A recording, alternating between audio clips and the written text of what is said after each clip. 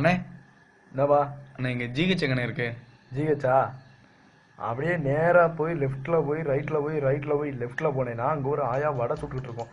அந்த ஆயாவை பார்த்த மாதிரியே அப்படியே ஆப்போசிட்டில் பார்த்தீங்கன்னா அங்கே ஒரு சிவன் கோயில் இருக்கும். அங்கே போய் லெஃப்ட்டில் போய் ரைட்டில் போய் லெஃப்ட்டில் போனேன்னா அங்கே தான் பண்ணி கட்டடம். என்னண்ணே இப்படி சொல்லிட்டுருக்கீங்க? சத்தியமாக எனக்கு புரியலண்ணே. புரியலையா? மறுபடியும் சொல்லுமா? இல்லையோ வேணாண்ணே, நீங்கள் எழுதி கொடுத்துருங்க. ஐயோ எங்கே வச்சேன்?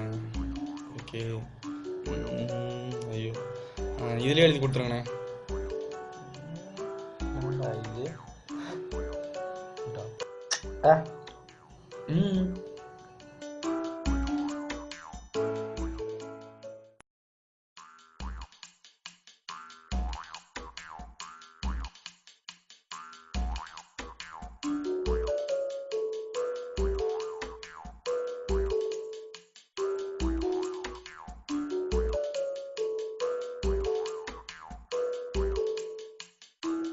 இந்தாப்பா தம்பி, அட்ரஸ் எல்லாம் எழுதிட்டேன். இந்தா.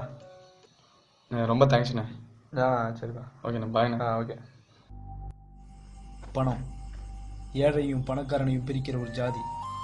இன்னைக்கு பணக்காரனாகவும் ஏழையாகவும் இருக்கிறதுக்கு ஒரே காரணம் பணக்காரன் அரசாங்கத்துக்கு கணக்கு காட்டாமல் சேர்த்து வச்சிருக்கிற கருப்பு பணம் தான். இந்த கருப்பு பணத்தை பாரமே இல்லாமல் பதுக்கி வைக்கிறதுக்கு பயன்படுத்துறது தான் 500,000 ரூபாய். இதில் கள்ள நோட்டு வேற ஒரு பக்கம்.